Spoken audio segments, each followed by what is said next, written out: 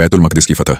जब हज़रत उमर रआ ने किरदार से दिल जीत लिया, इस्लाम का इतिहास केवल तलवार और युद्ध की कहानियां नहीं, बल्कि अखलाक, इंसाफ और लीडरशिप की ऐसी मिसालें हैं जो रहती दुनिया तक इंसानियत को राह दिखाती रहेंगी। बैतुल मक़दिस यरूशलेम की फतह उन्हीं बेहतरीन वाक़यात में से एक है जहां बिना किसी जंग के मुसलमानों को यह मुक़द्दस शहर हासिल हुआ। लेकिन इसकी वजह सिर्फ ताकत नहीं थी, बल्कि हज़रत उमर का किरदार और उनका इंसाफ था।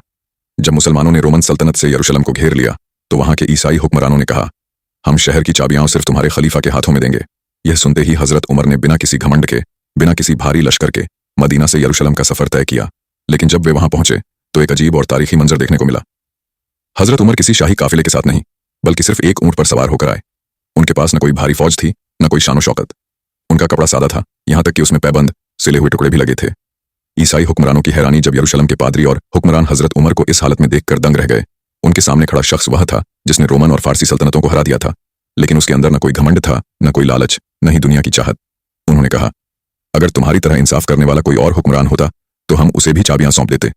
इस तरह बिना किसी खून खराबे के यरूशलेम मुसलमानों के हाथ में आ गया। यह इस्लाम की वह जीत थी जो तलवार से नहीं, बल्कि इंसाफ और सच्चाई की ताकत से हासिल हुई। हज़रत उमर से मिलने वाली सीख एक, जंग सिर्फ हथियारों से नहीं, बल्कि ईमान, इंसाफ और हिकमत से जीती जाती है। 2, एक सच्चा लीडर जंग से पहले दुश्मन को अमन और सुलह का मौका देता है। तो ताकत और घमंड किसी भी हुकूमत को तबाह कर देते हैं, जैसा रोमन और फारसी सल्तनतों के साथ हुआ। 4, अगर हुक्मरान खुद सादा, ईमानदार और इंसाफ पसंद हो तो लोग उसे दिल से मानते हैं। हज़रत उमर का यादगार जुमला, हम वह कौम है जिसे अल्लाह ने इस्लाम से इज्जत दी है। अगर हम इसे छोड़कर किसी और चीज में इज्जत तलाश करेंगे तो अल्लाह हमें जलील कर देगा। यही वह सोच और अकीदा था जिसने हज़रत उमर को वह ताकत दी कि छोटी फौज होने के बावजूद उन्होंने बड़ी सल्तनतों को मात दे दी। यह सिर्फ एक शहर की फतह नहीं थी, बल्कि इंसानियत, इंसाफ और लीडरशिप की सबसे बड़ी जीत थी।